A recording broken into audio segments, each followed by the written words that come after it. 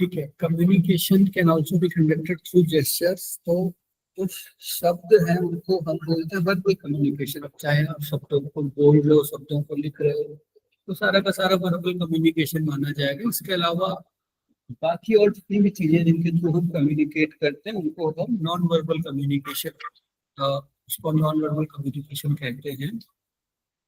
और ये जो नॉन वर्बल कम्युनिकेशन है, इसमें जेस्चर्स एक इम्पोर्टेंट पार्ट है। जेस्चर्स का मतलब होता है कोई भी जो आप भाव भंगिमा वगैरह बना रहे हो, या फिर हाथ से कुछ भी साइन वगैरह कर रहे हो, उसे हम जेस्चर्स कहते हैं।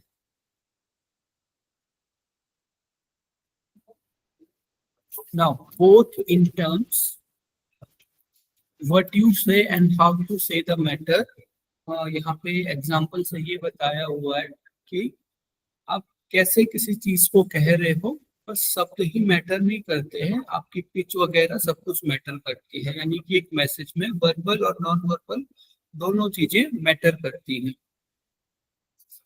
नेक्स्ट है communication exchanges are based on mutual understanding. Communication में हम जो भी एक्सचेंज कर रहे हैं वो हमारा म्यूचुअल कम्युनिकेशन के बेसिस पे होता है। जैसे कि अभी मैं यहाँ पे आपके साथ कुछ डिस्कस कर रहा हूँ, आप लोग सुन रहे हो, तो हमारी एक म्यूचुअल अंडरस्टैंडिंग है क्लास में बैठने की। बहुत सारे लोगों ने क्लास ज्वाइन नहीं की है क्योंकि वो म्यूचुअल अंडरस्टैंडिंग बन नहीं पाई।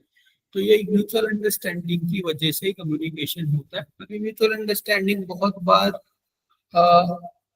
वॉलेंट्री हो सकती है और बहुत बार म्यूचुअल अंडरस्टैंडिंग फोर्स्ड हो सकती है कि आपको वहां पे बैठना ही पड़ रहा है। नेक्स्ट है कॉमन लैंग्वेज। कम्युनिकेशन करने के लिए, एक दूसरे से कम्युनिकेट करने के लिए हमारे पास कुछ ना कुछ कॉमन लैंग्वेज होनी चाहिए। ऐसा नहीं है कि मैं किसी और भाषा में बात कर रहा हूँ और आपको वो भाषा नहीं आती है तो हम कम्युनिकेट कर लेंगे। फिर हम कुछ साइन जेस्चर्स के साथ कम्युनिकेट कर सकते हैं। फिर हमारी कॉमन लैंग्वेज क्या हो गई, वो जेस्चर्स वगैरह हमारी कॉमन लैंग्वेज हो गई। Direct and indirect communication. Direct और इनडायरेक्ट कम्युनिकेशन का मतलब होता है, डायरेक्ट कम्युनिकेशन का मतलब आप किसी से सामने सामने बातचीत कर रहे हो, फेस टू फेस बातचीत कर रहे हो, उसे हम डायरेक्ट कम्युनिकेशन कहते हैं। इनडायरेक्ट कम्युनिकेशन का मतलब होता है जब हम आप सामने सामने बात नहीं कर रहे हो, या तो जैसे हम अभी गूगल मीट के थ्रू यहाँ पे बात कर रहे हैं, तो ये एक तरह का इनडायरेक्ट कम्युनिकेशन हो गया। या फिर आप किसी को पत्र लिख रहे हो, पत्र उसके पास 10-20 दिनों बाद के पहुंच रहा है, तो उसे हम इनडायरेक्ट कम्युनिकेशन कहते हैं। The message must have substances. Substance का मतलब होता है कोई ना कोई कंटेंट। आपके मैसेज में कुछ ना कुछ कंटेंट होना चाहिए। ये सारी की सारी चीजें जो है ना, सारी की सारी चीजें ऑब्वियस चीजें हैं। सब्सटेंस का मतलब यहाँ पे है कि कुछ कंटेंट होना चाहिए। ऐसे ही नहीं आप कुछ भी बोल सकते हो। और जब भी हम नॉर्मली किसी के साथ बात कर रहे हैं, हम कुछ ना कुछ जैसे सेंस वाली बात कर रहे हैं, उसमें कुछ सेंस होना चाहिए। ऐसे हम कुछ भी चिल्ला देंगे तो कम्युनिकेशन नहीं हो पाएगा। आप कोई भी शब्द बिना स्ट्रक्चर के बोल दो तो सामने वाला कुछ नहीं समझ पाएगा। इसीलिए message must have substance. Use of words as well as symbols. तो यहाँ पे भी लिखे हुए चीजों में भी जो वर्ड्स है और जो सिंबल्स हैं उनका यूज होता है, दोनों एक साथ यूज होते हैं। जैसे बोलते समय हमारे शब्द और हमारी नॉन वर्बल चीजें जैसे जेस्चर्स हो गए, चेहरे के भाव हो गए, वो होते हैं। वैसे ही जो आपका रिटन कम्युनिकेशन होता है उसमें वर्ड्स तो होते हैं, लेकिन वर्ड्स के साथ साथ सिंबल भी होते हैं। Functions and objectives of communication. Communication के क्या क्या फंक्शन हैं और कम्युनिकेशन के क्या क्या ऑब्जेक्टिव्स हैं। ऑब्जेक्टिव्स का मतलब होता है कौन कौन से उद्देश्य हैं कम्युनिकेशन के। तो कम्युनिकेशन, ये दोनों चीजें ही अलग अलग होती है फंडामेंटली। दोनों वर्ड्स में बहुत ज्यादा डिफरेंस है, लेकिन फिर भी फंक्शंस को आप ऑब्जेक्टिव्स बोल सकते हो यहाँ पे कि कम्युनिकेशन से हम एक दूसरे के साथ विचारों का आदान प्रदान करते हैं, ये कम्युनिकेशन का फंक्शन हो गया। लेकिन अगर आप दूसरे तरीके से सोचे तो कम्युनिकेशन का ऑब्जेक्टिव, उद्देश्य भी तो यही है कि विचारों का आदान प्रदान करना। तो दोनों शब्द का मतलब पूरी तरह से अलग है यहाँ पे, लेकिन फिर भी एक ही चीजें आ सकती है दोनों शब्दों में। तो कम्युनिकेशन क्या करता है, helps in flow of knowledge from one person to another through the process of sending a message and receiving response. Communication में हम क्या करते हैं, फ्लो ऑफ नॉलेज, ना सिर्फ नॉलेज ज्ञान का ही नहीं, ज्ञान के साथ साथ विचारों का, विचारों के साथ साथ भावों का आदान प्रदान हम यहाँ पे करते हैं, अपने ओपिनियंस का, आपका क्या दृष्टिकोण है किसी चीज को लेके, सारी की सारी चीजें जो भी हमारे अंदर है उन सबको हम दूसरे पर्सन के साथ शेयर कर सकते हैं कम्युनिकेशन के थ्रू। कम्युनिकेशन सीखने के लिए, किसी चीज की ट्रेनिंग करने के लिए और अपनी क्षमताओं का विकास करने के लिए कम्युनिकेशन बहुत ज्यादा जरूरी है। आप देखिए, जब से हमने पढ़ना शुरू किया है हम कम्युनिकेट ही कर रहे हैं, बिना कम्युनिकेशन के हम कुछ नहीं सीख सकते हैं।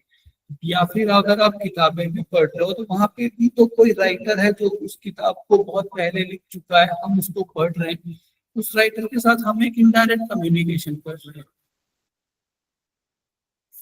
It helps in communicating the goals and target so they can be achieved effectively. तो ये सारी की सारी चीजें क्या है, ये सारी की सारी चीजें अब ऐसा है कि बहुत सारे उसमें अलग अलग शब्दों में लिखी हुई है। मतलब कम्युनिकेशन का मात्र एक ही उद्देश्य है, एक दूसरे के साथ चीजों का, विचारों का, भावों का आदान प्रदान करना।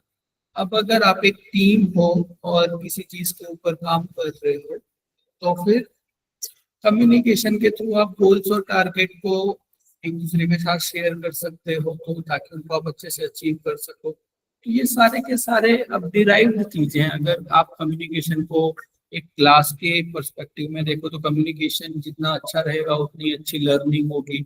अगर आप कम्युनिकेशन को एक रिलेशनशिप में देखो तो आप यहाँ पे लिख सकते हो कि जितना अच्छा कम्युनिकेशन होगा उतनी हेल्दी रिलेशनशिप होगी। कम्युनिकेशन को अगर आप बिजनेस के पर्सपेक्टिव में देखते हो तो जितना ओपन, फॉर्मल और ट्रांसपेरेंट कम्युनिकेशन होगा उतना ही एथिकल कोई बिजनेस होगा। तो ये सारे के सारे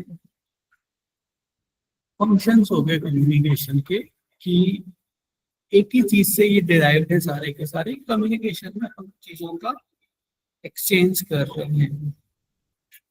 कम्युनिकेशन में जो चीज हमेशा बार बार रिपीट हो रही है, इस पे क्वेश्चन भी आपको थोड़ा सा ट्विस्ट करके आएगा। रिस्पॉन्स, जिसे हम फीडबैक कहते हैं, ये बहुत ज्यादा जरूरी है।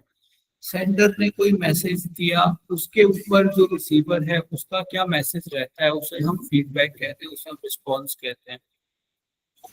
फीडबैक ही हमें बताता है कम्युनिकेशन आपका कैसा था, आपका कम्युनिकेशन इफेक्टिव था या फिर कम्युनिकेशन में कुछ लैक था, सेंडर ने क्या क्या गलती की, आपको क्या चीजें समझ में नहीं आई, या फिर आपको ये बहुत ज्यादा जरूरी है। अभी आप देखो जितनी भी डे टू डे लाइफ में हमारे रिलेशनशिप्स वगैरह में कुछ कोई प्रॉब्लम होती है, चाहे आपके भाई के साथ है, चाहे आपके फैमिली में किसी के साथ है, या फिर आपके फ्रेंड्स के साथ है, ये फीडबैक और रिस्पॉन्स, एक सेंडर कुछ बोल देता है और आपने उसका रिस्पॉन्स नहीं दिया या फिर फीडबैक आपने सही से नहीं दिया, तो उसी के कारण कम्युनिकेशन में मिसअंडरस्टैंडिंग हो जाती है। तो इफेक्टिव कम्युनिकेशन में फीडबैक और रिस्पॉन्स बहुत ज्यादा जरूरी है।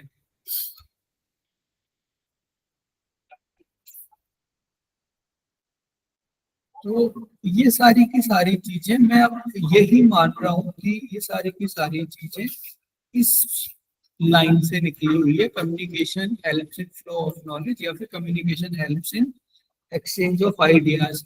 अब उन सब से आप अलग अलग चीजें डिराइव कर सकते हो, understanding emotions, hopes, desire, feeling, एक दूसरे के भाव समझने में, एक दूसरे की उम्मीदें समझने में, एक दूसरे की इच्छा समझने में कम्युनिकेशन हेल्प करता है, क्योंकि उसी के थ्रू हमें एक दूसरे की ये सारी की सारी भावनाएं पता चलती है। मोटिवेशन के लिए भी कम्युनिकेशन यूज होता है।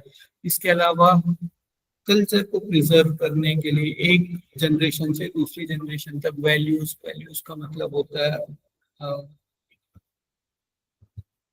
नैतिक, नैतिक शिक्षा, नैतिक जो मूल्य है, नैतिक मूल्यों को एक जनरेशन से दूसरे जनरेशन तक आप कैसे पास ऑन करोगे, कम्युनिकेट करोगे नई जनरेशन को, तो पुरानी जनरेशन को कम्युनिकेट करेगी।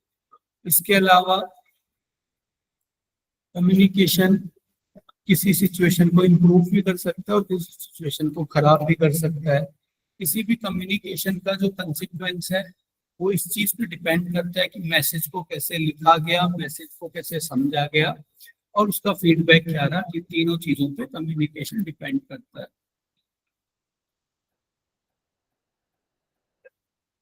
Macro function of communication.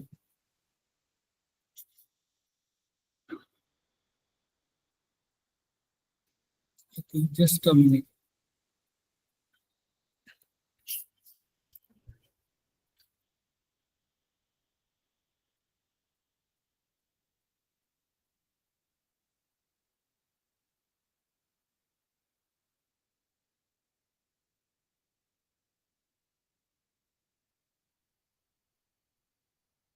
Okay, so this process of communication and types of communication we will start first, and then I think this will be more clear to you.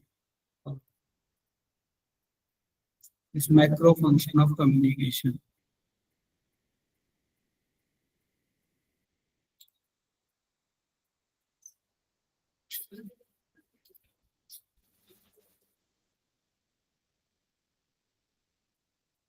मैं Audible हूँ आप लोगों को? Yes, sir. Very clear. Okay. Okay, thank you.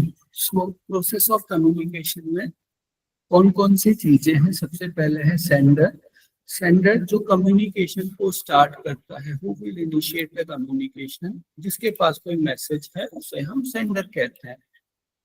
Sender क्या करेगा? Encoding करेगा, जो भी उसके दिमाग में है उस मैसेज को इनकोड करेगा। इनकोड करने का मतलब आप हिंदी में ऐसे समझ सकते हो, मैसेज को तैयार करना, मैसेज को इनकोडिंग को क्या कहते हैं हम हिंदी में? एग्जैक्ट वर्ड पता है किसी को?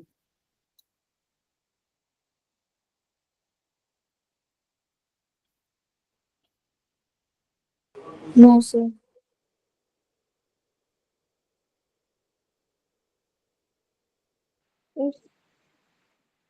एग्जैक्ट वर्ड तो नहीं पता है, लेकिन उस चीज को सॉल्व करके सुलझा करके समझना। इनकोड का मतलब होता है एक स्पेशल कोड में किसी चीज को एक स्पेशल कोड में कन्वर्ट करना, किसी चीज को किसी भी मैसेज को, किसी भी वर्ड्स को किसी दूसरे कोड में कन्वर्ट करना। ये कन्वर्जन को हम इनकोडिंग कहते हैं। जब हम मैसेज फॉर्मुलेट कर रहे हैं तो अभी कोड क्या है? कोड है हमारे पास लैंग्वेज, ये सिंबल, साइन, बॉडी जेस्चर्स, ये हमारे पास कोड है। तो हम क्या कर रहे हैं? अपने थॉट्स को, जो हमारे थॉट्स हैं, जो सेंडर है वो क्या करेगा? जो थॉट्स हैं उसको कन्वर्ट करेगा सिंबल में, साइन लैंग्वेज, बॉडी जेस्चर्स में। और ये हम बिना सोचे समझे करते हैं क्योंकि बचपन से हमें इस चीज की बहुत आदत हो गई है। शुरू शुरू में जब आप कोई लैंग्वेज सीख रहे हो, जैसे हाँ, अगर आप हिंदी स्पीकिंग स्टेट से हो और आपने इंग्लिश बाद में सीखी है, मतलब इंग्लिश सीखने के लिए आपको थोड़ा स्ट्रगल करना पड़ रहा है, 9वीं 10वीं के बाद आपने इंग्लिश सीखी है, बोलना उसके बाद आपने शुरू किया है, तो ये फिर इनकोडिंग हम अच्छे से समझ सकते हैं। इनकोडिंग का मतलब जो हमारे विचार हैं उसको शब्दों में ढालना। तो कई बार हमें इस इनकोडिंग में ही प्रॉब्लम होती है, जो जब हम इंग्लिश फ्लुएंट नहीं बोल पा रहे हैं तो वो इनकोडिंग में ही प्रॉब्लम हो रही है। मतलब अपने जो विचार हैं उनको हम शब्दों में नहीं कन्वर्ट कर पा रहे हैं, और उसी चीज को हम इनकोडिंग कहते हैं। बचपन में सभी को इसमें प्रॉब्लम होती है, जब आपने लैंग्वेज पूरी तरह से सीखी नहीं है तो इनकोडिंग में प्रॉब्लम होती है। लेकिन अभी हमें ये चीज इतनी ज्यादा क्यों नहीं दिख रही है? क्योंकि हम इसमें एक्सपर्ट हो चुके हैं। अपने हाथ को कैसे मूव करना है, बॉडी जेस्चर्स कैसे बनाना है, गुस्से में कैसा फेस बनाना है, रो रहे हैं तो आंसू खुद ब खुद आ जाते हैं, बहुत सारे तो इनवॉलेंट्री वॉलेंट्री रिस्पॉन्सेज होते हैं जो खुद ब खुद हमारी बॉडी बना लेती है। तो इन सभी चीजों को इनकोडिंग कहते हैं। इसके अलावा एक इनकोडिंग तो ये हुई, दूसरी इनकोडिंग क्या हुई, जब भी किसी एक चीज को दूसरी फॉर्म में कन्वर्ट करा जा रहा है। अब फॉर एग्जांपल आपका जो सेंडर है वो बात कर रहा है, तो बहुत बार इनकोडिंग होगी यहाँ पे। ये अगर ये फोन पे बात कर रहा है यहाँ पे,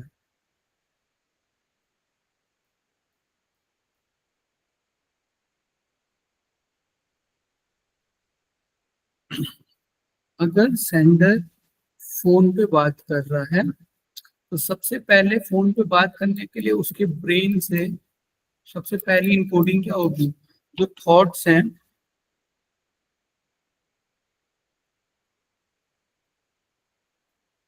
थॉट किस में कन्वर्ट होंगे, वर्ड्स में। उसके बाद इनकोडिंग क्या होगी, उसके बाद इनकोडिंग होगी ये जो वर्ड्स हैं फोन इनको कन्वर्ट करेगा इलेक्ट्रिकल सिग्नल में। ये सारी इनकोडिंग चल रही है, मतलब अभी वो कन्वर्जन चल रहा है पूरा। फोन आवाज को थोड़ी ना सेव करता है, फोन किसी भी चीज को इलेक्ट्रिकल सिग्नल बाइनरी वगैरह में कन्वर्ट कर देता है। फोन ने आपकी आवाज को इलेक्ट्रिकल सिग्नल में कन्वर्ट किया। अब इलेक्ट्रिकल सिग्नल फिर किस में कन्वर्ट होंगे, माइक्रोवेव या फिर जो भी वेव हमारा यूज कर रहा है। एक्चुअली आईटी में आता है, भूल गया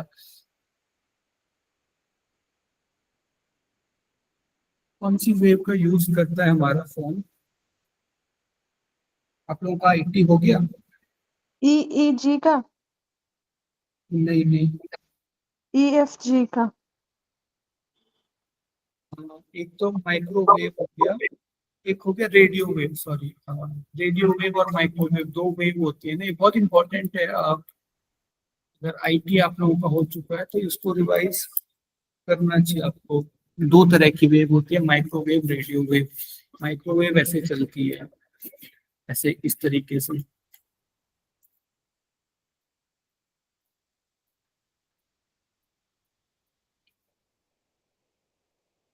मतलब ये अगर सैटेलाइट है तो माइक्रोवेव इस तरीके से चलेगी, पूरा जगह कवर करती है माइक्रोवेव इस तरीके से। तो कोई अगर सैटेलाइट कुछ मैसेज भेज रही है तो आप कहीं पे भी बैठे हो, चाहे आप यहाँ पे बैठे हो चाहे आप यहाँ पे बैठे हो, आप तक ये मैसेज मिल जाएगा। तो कहाँ पे यूज होती है माइक्रोवेव?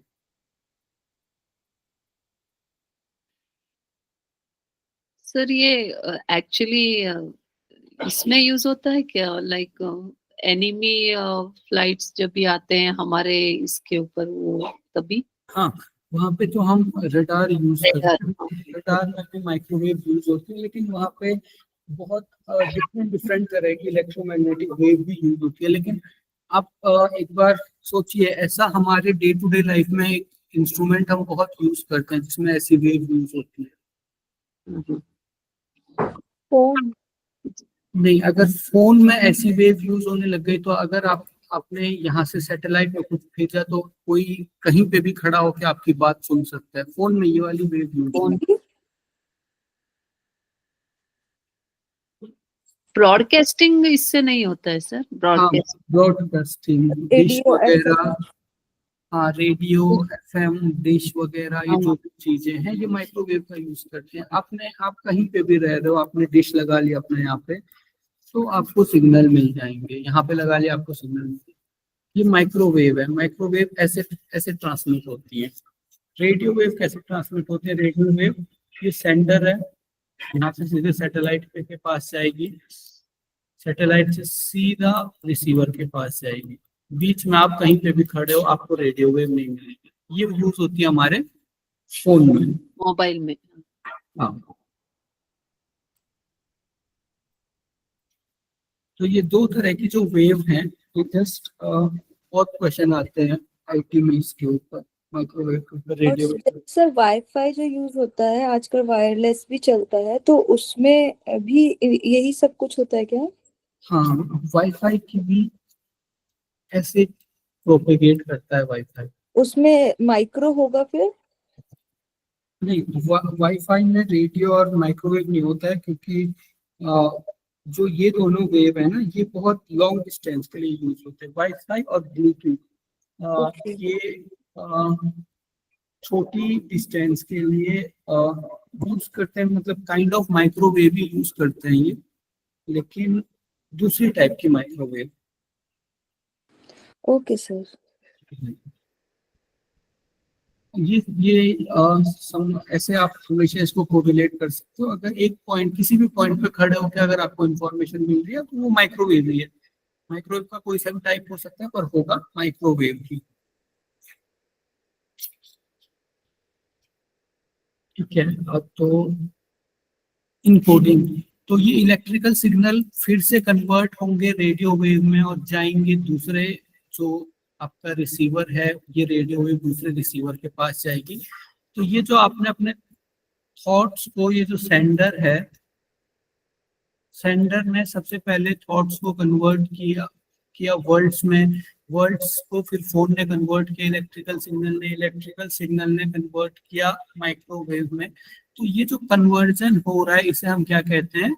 इनकोडिंग। इनकोडिंग समझ में आया? Yes sir. ठीक है। तो ये इनकोडिंग करने के बाद इस मैसेज को आपने चैनल में भेजा। चैनल का मतलब माध्यम। अगर जो आप सामने सामने किसी से बात कर रहे हो तो चैनल हो गया, आपके बीच का जो इन्वायरमेंट है वो चैनल हो गया। अगर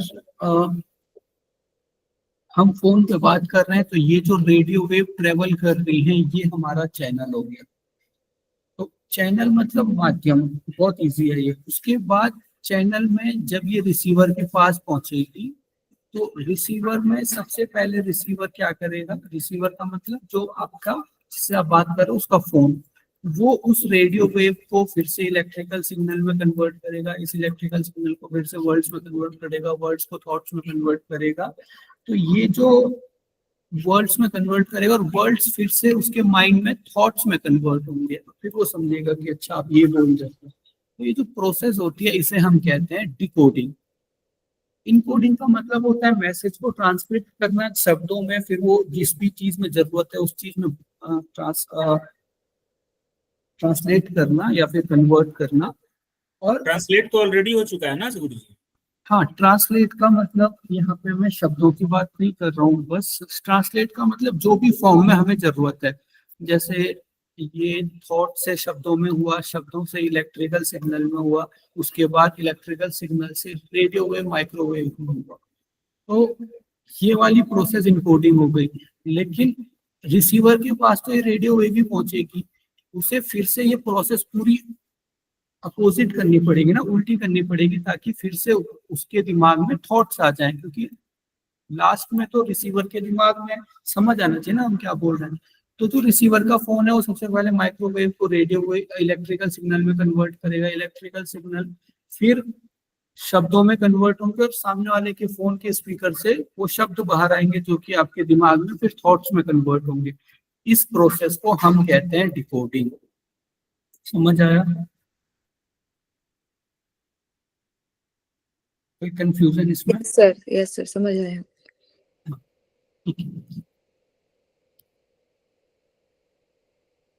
Communication channel that sender choose the medium through which he wants to convey his medium। तो जो भी मीडियम है उसे हम कम्युनिकेशन चैनल कहते हैं।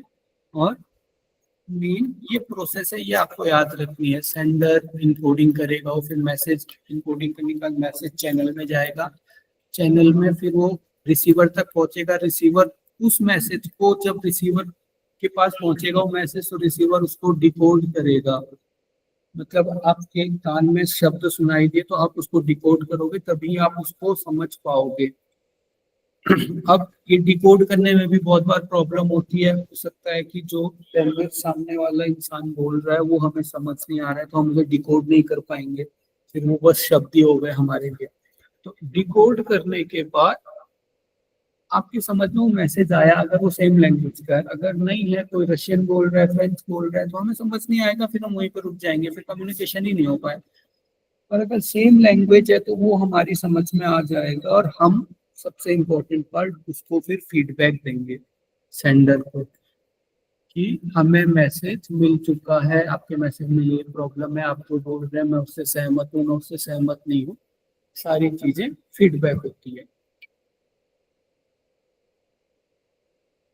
तो ये था कम्युनिकेशन का प्रोसेस। नेक्स्ट है टाइप्स ऑफ कम्युनिकेशन।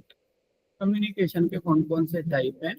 तो सबसे पहला टाइप है कम्युनिकेशन का कि कितने लोग इन्वॉल्व हैं कम्युनिकेशन में, on the basis of relationship element. मतलब जितने भी लोग हैं, कितने ज्यादा लोग इन्वॉल्व हैं और उनका एक दूसरे से क्या रिलेशन है, उसके बेसिस पे हम कम्युनिकेशन को डिवाइड कर सकते हैं। इसके अलावा कम्युनिकेशन को हम बेसिस ऑफ चैनल, आप कैसे कम्युनिकेट कर रहे हो, किस माध्यम से कम्युनिकेट कर रहे हो, उसे हम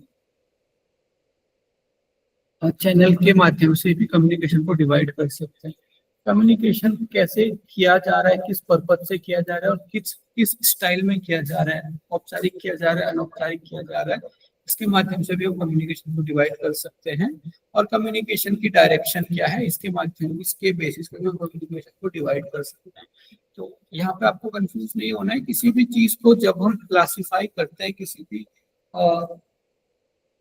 चीज को जब आप अलग अलग चीजों में डिवाइड करो तो आप बहुत तरीके से कर सकते हो, उसमें आपको कंफ्यूज नहीं होना है। फॉर एग्जांपल यहाँ पे जितने लोग बैठे हुए हैं, हम डिवाइड कर सकते हैं स्टेट्स के बेसिस पे, और हम जितने लोग हम यहाँ पे, हम ऐसे हो सकते हैं कि हाँ, इतने लोग यहाँ पे नॉर्दर्न स्टेट्स हैं, इतने लोग साउदर्न स्टेट्स हैं, इतने लोग ईस्टर्न इंडिया से हैं, इतने लोग वेस्टर्न इंडिया से हैं। तो ये हमने स्टेट्स के बेसिस पे डिवीजन किया।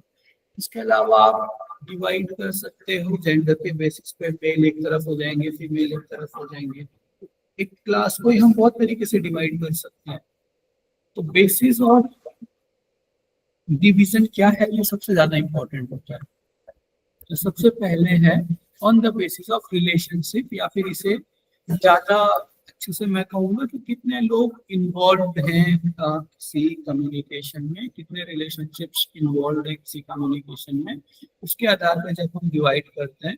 सबसे पहले हमारा होता है intrapersonal communication. Intrapersonal communication, intra मतलब किसी चीज के आगे लग गया, यानी कि खुद से। इंट्रा यूनिवर्सिटी का मतलब होता है उस यूनिवर्सिटी के अंदर ही कंपटीशन चल रहा है। इंटर का मतलब होता है हमेशा दो के बीच में, अगर कहीं पे इंटर वर्ड लगा हुआ है, जैसे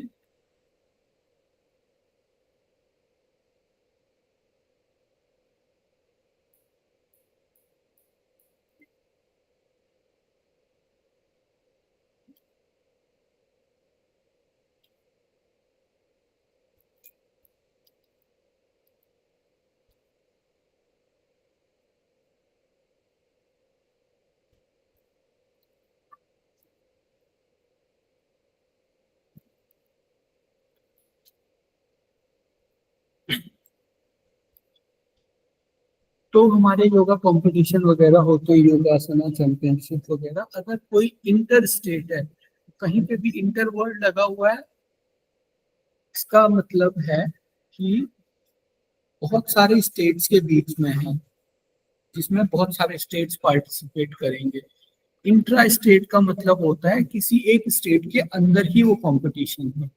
तो सिमिलरली यहाँ पे इंट्रापर्सनल कम्युनिकेशन है। इंट्रापर्सनल का मतलब, पर्सन का मतलब हो गया आदमी, इंट्रापर्सनल का मतलब एक आदमी के अंदर ही वो कम्युनिकेशन चल रहा है।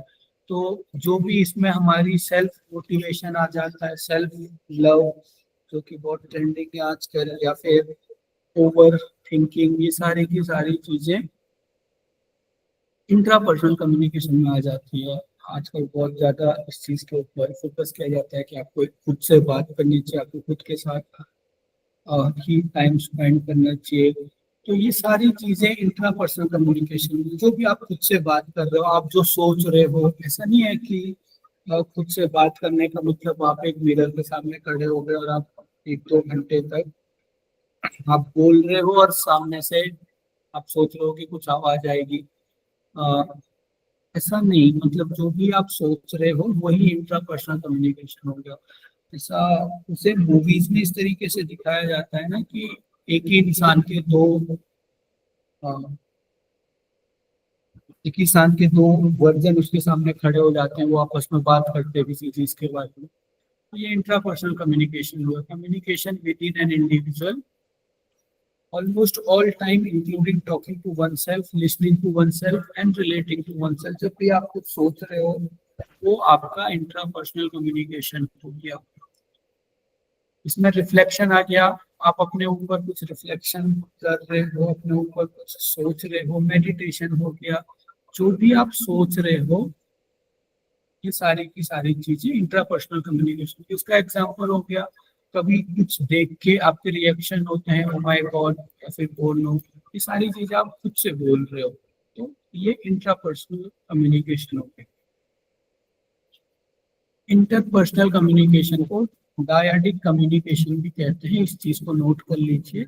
इंटरपर्सनल कम्युनिकेशन जो डायडिक कम्युनिकेशन है, मैंने आपको बोला जिस भी चीज के आगे इंटर लग जाएगा इसका मतलब दो या फिर दो से ज्यादा के बीच में, तो दो या दो से ज्यादा जब लोगों के बीच में कम्युनिकेशन होता है उसे हम इंटरपर्सनल कम्युनिकेशन कहते हैं। तो जब भी हम बात कर रहे हैं किसी के साथ, अभी हम यहाँ पे क्लास में डिस्कस कर रहे हैं, ये सारा का सारा इंटरपर्सनल कम्युनिकेशन हो गया। आप टीवी पे न्यूज देख रहे हो तो जो न्यूज एंकर है वो आपके साथ बात कर रहा है, आपकी बात उसकी बात आप तक पहुंच रही है, आप उसको समझ रहे हो, वो भी इंटरपर्सनल कम्युनिकेशन हो गया। It may be formal, informal, verbal, non verbal, कुछ भी हो सकता है इंटरपर्सनल कम्युनिकेशन। अच्छा, intrapersonal communication formal, informal, verbal, non verbal कुछ भी हो सकता है क्या इंट्रापर्सनल कम्युनिकेशन? हो सकती है। वर्बल और नॉन वर्बल तो हो सकता है, पर फॉर्मल तो नहीं हो सकता, इनफॉर्मल हो सकता है। हम खुद से बात करते तो इनफॉर्मली बात करेंगे। हाँ, इनफॉर्मल भी होता है और वर्बल और नॉन वर्बल हो सकते हैं, रिटन भी हो सकते हैं, जो हम डायरी राइटिंग वगैरह करते हैं। आपने आज डायरी लिखी, कल आप उसी को पढ़ के सोच रहे हो कि ये क्या लिख दिया मैंने, वो इंट्रापर्सनल कम्युनिकेशन हो गया, रिटन हो गया। तो कुछ भी हो सकता है लेकिन फॉर्मल नहीं हो सकता। लेकिन इंटरपर्सनल कम्युनिकेशन कैसे भी हो सकता है, verbal, non verbal.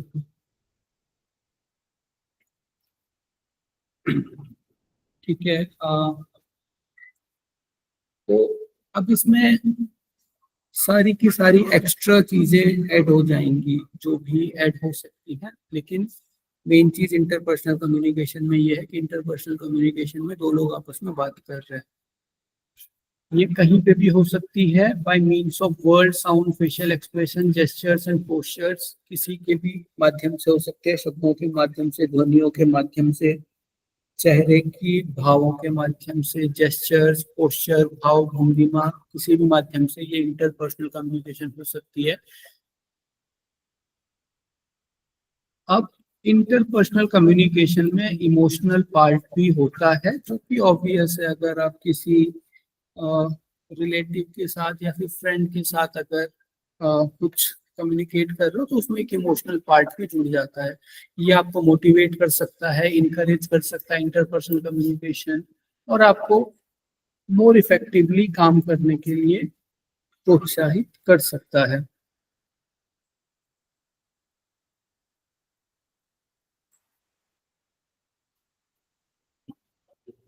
It has greater scope of grape vine communication. अब ये ग्रेप वाइन कम्युनिकेशन हम आगे पढ़ेंगे। ग्रेप वाइन कम्युनिकेशन क्या होता है? ग्रेप वाइन कम्युनिकेशन को बोलते हैं जिस तरीके से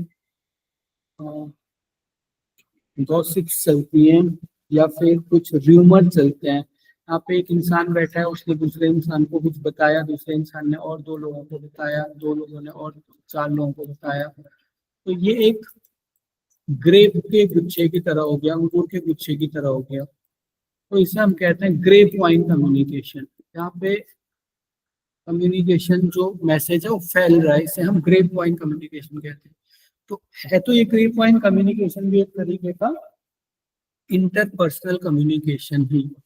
इंटरपर्सनल कम्युनिकेशन को आप बहुत तरीके से डिवाइड कर सकते हो, जो कि हम आगे देखेंगे। ग्रेप वाइन कम्युनिकेशन समझ में आया आपको? यस।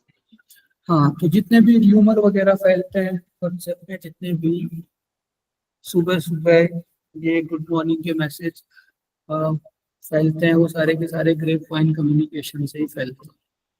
एक आदमी ने 2 को भेजा, 2 ने 4 लोगों को और भेजा, ये grapevine communication. Group communication, group communication क्या होता है? एक होता है इंट्रापर्सनल, एक आदमी अकेले कम्युनिकेट कर रहा है। इंटरपर्सनल 2 आदमी कम्युनिकेट कर रहे हैं। तीसरा हो गया ग्रुप कम्युनिकेशन। ग्रुप कम्युनिकेशन मतलब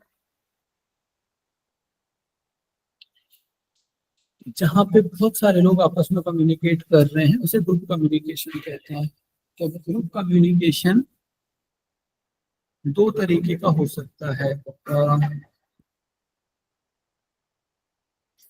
एक होता है प्राइमरी ग्रुप, एक होता है सेकेंडरी ग्रुप।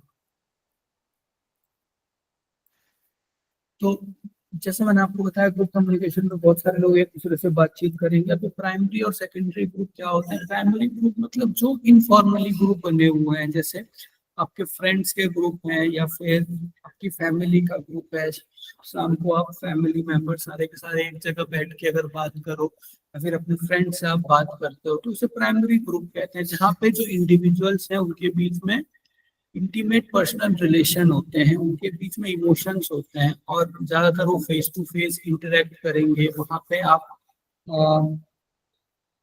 जो भी फ्रेंड्स वगैरह के ग्रुप है जहाँ पे आप अपने इमोशन शेयर कर सकते हो, प्राइमरी ग्रुप उन्हें हम कहते हैं। सेकेंडरी ग्रुप जहाँ पे आपका ये इमोशंस वगैरह नहीं होते हैं, लेकिन फॉर्मली आप किसी न किसी formal impersonal status relationship like conferences, जहाँ पे आप किसी न किसी फॉर्मल या फिर स्टेटस की वजह से लोगों के साथ में हो।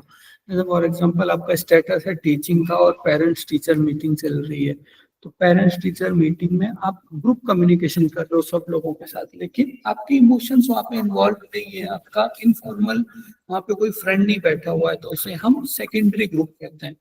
प्राइमरी ग्रुप जहाँ पे हमारे इमोशन इन्वॉल्व है, जहाँ पे हम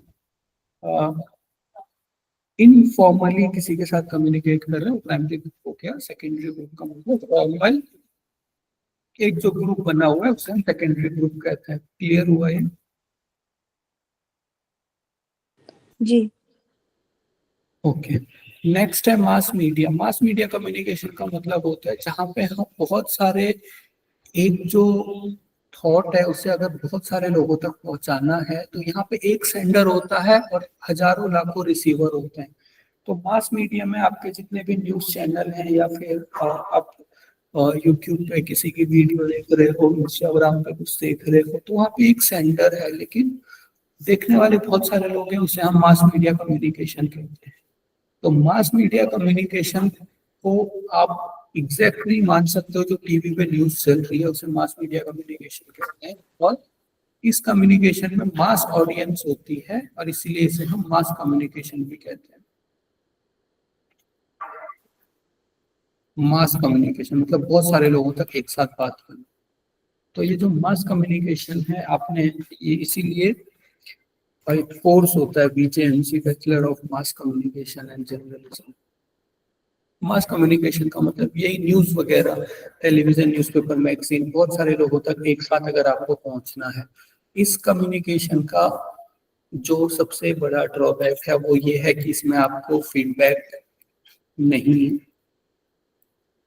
दे सकते, आप फीडबैक लैग करता है।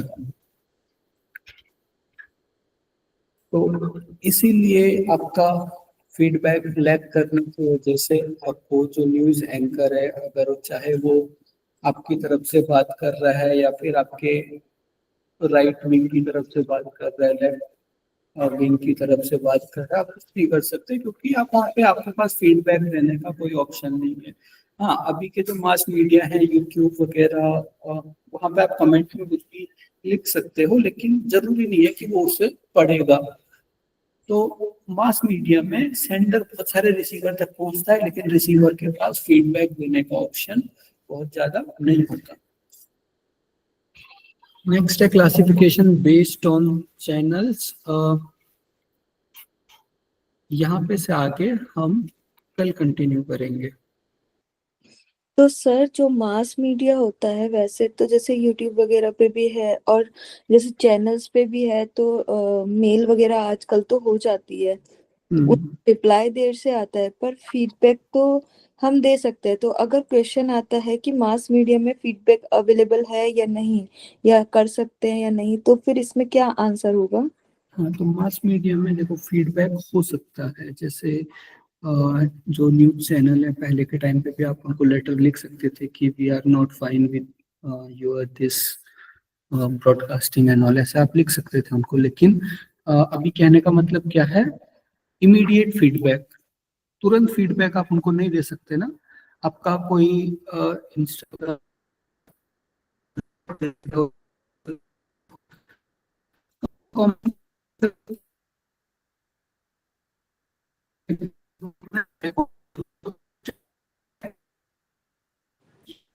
सर वॉइस आपकी बहुत ब्रेक हो रही है।